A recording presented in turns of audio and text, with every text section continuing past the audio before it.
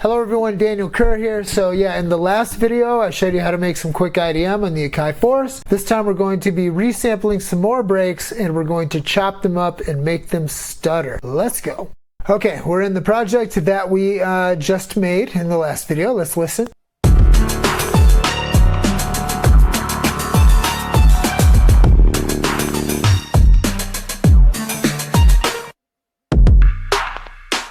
And here we're just going to listen to some of the breaks that we already made.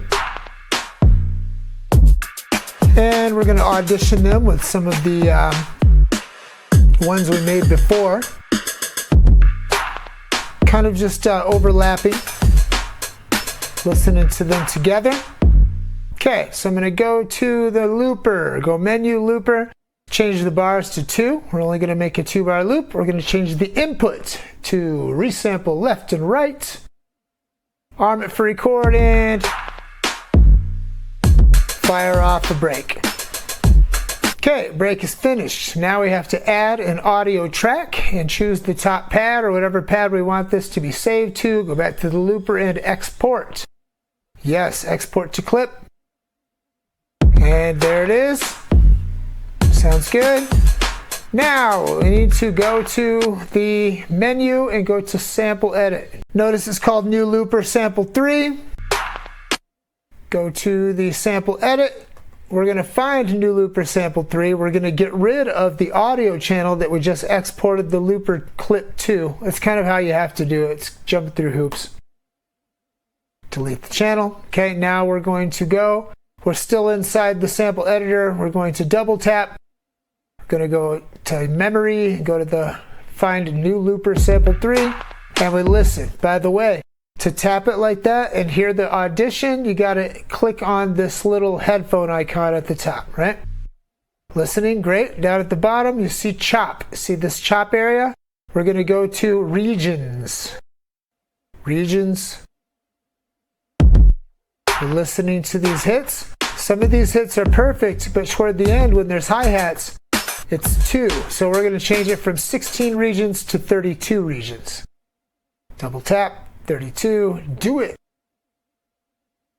Now, listening, we're going to hold down shift and we're going to go to convert, non-destructive slice, create events. So that's basically going to put it on a new drum program and it's going to create the event so that it gives us a clip with all the slices in order. So it's going to play normally. Watch.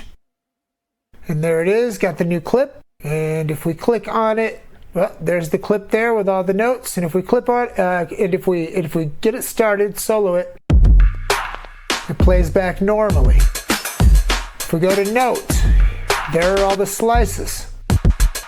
You can just kind of mess about a little bit when it comes down to it. If you do this chop to any sample and you create the new drum program, by default it's monophonic, so only one hit will play at the same time. So when you go about, we're going to experiment a little bit with duophonic, which is 2 hits at the same time. But anyway, here we go.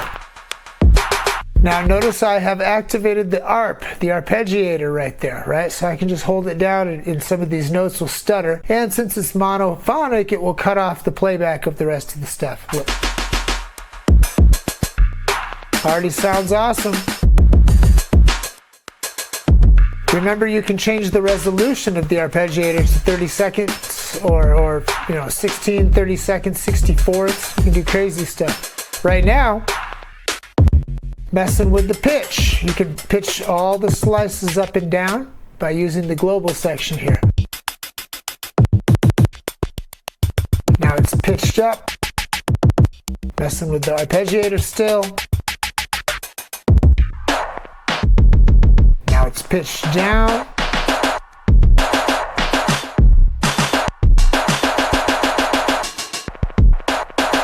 Awesome. Change it to duophonic and listen. It's pretty good. It sounds glitchier if it's in monophonic, so I turn it back. We're going to record a new clip.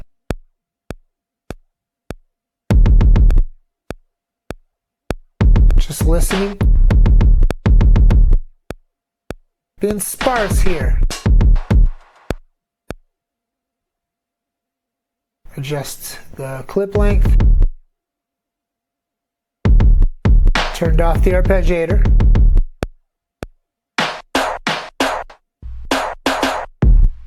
I'm going to add some more notes to make it, to give it a better drive.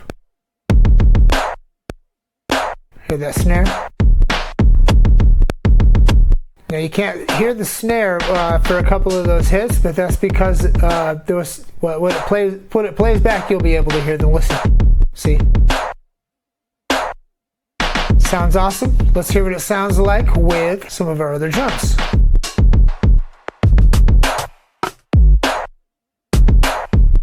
And don't forget, you can use the beat repeat in my template. It's up there in macro knobs 6 and 7.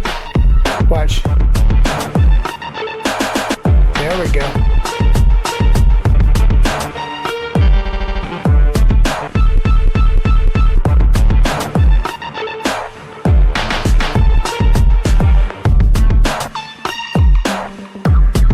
Just messing around a little bit. Now I'm sending, I just went to the mixer and sent those drums, the sliced ones we just made, to subgroup 3, right? Submix 3 is where all my drums go, so that I can use the momentary tap macros in my performance template to send it to reverb and delay.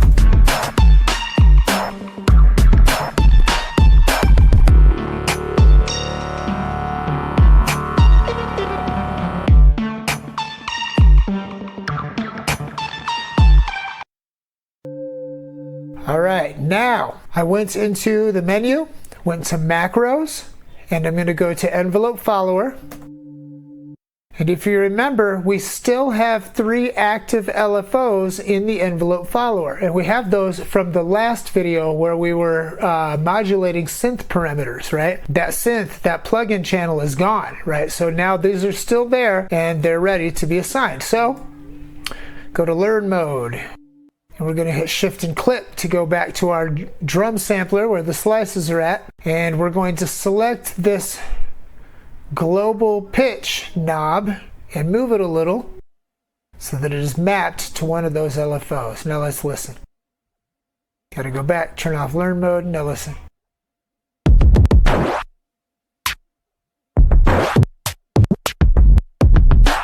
Now I'm turning the depth down a little bit. So it does fluctuate in pitch, but not as much. I'm going to go to effects, and we're going to add an effect. I think I'm going to add a talk box.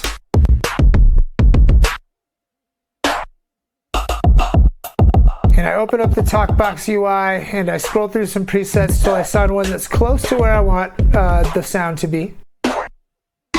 This is all experimental. You can do this with any of the effects, and you can even do it to launch effects in these other things.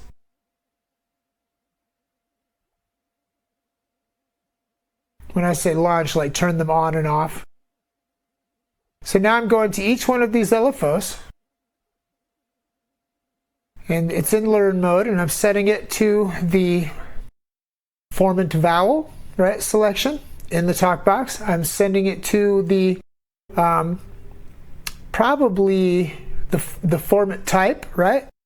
And then I'm going to send it to envelope amount too. So what I'm going to need to do is I'm going to have to add one more LFO, which you'll see here, number 4, right? Still in learn mode, doesn't even have an LFO set. I'm going to go back and set it to envelope depth. So we have 1 for the formant up here, right? The vowel type.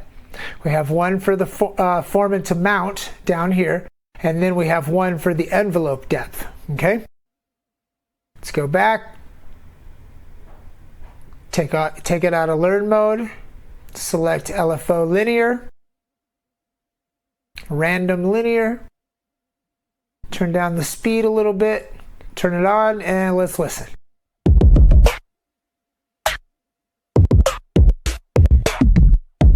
There you go. See the values are slapping all over.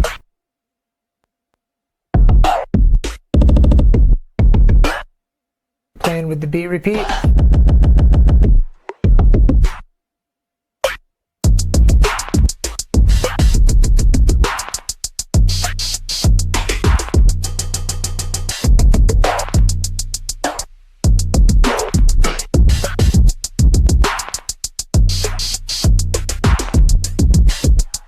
Now here, I'm going to copy individual pads into some of the blank pads up top, and I'm going to reverse them. Now watch. Copy the kick drum over, then you have to let go of copy, hold it again. Each time you do this, you have to copy one, let go of copy, press it again. You know, they're not color coded, so you can't see it that well. Okay.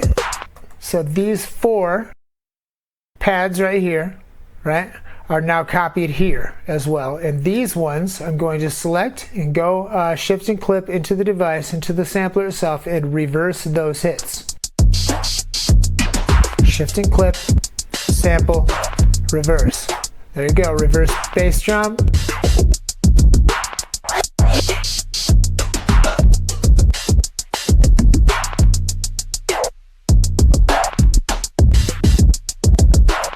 Now let's engage the arpeggiator and play a little bit. It's pretty sloppy, but you can use the start and end points to dial that in a little better.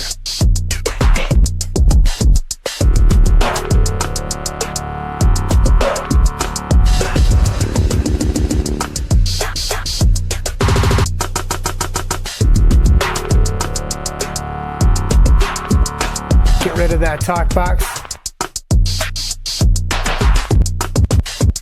Okay, so that's it. It's quick and it's painless, and the next video I'm going to take these techniques, I'm going to take it to the next level and show you how to do some true breakcore in the Akai Force. Until that time, you can get this cinematic sample pack at the link in the description. This is your last chance to get it for half off, which is $40. The final expansion is going to be more than 5 gigabytes, and it's going to be $80. Every single person that purchases gets the updates, and if you go to ghostwrittenclips.com, sign up for the email list, you will immediately get some free stuff. Love you guys, and be blessed.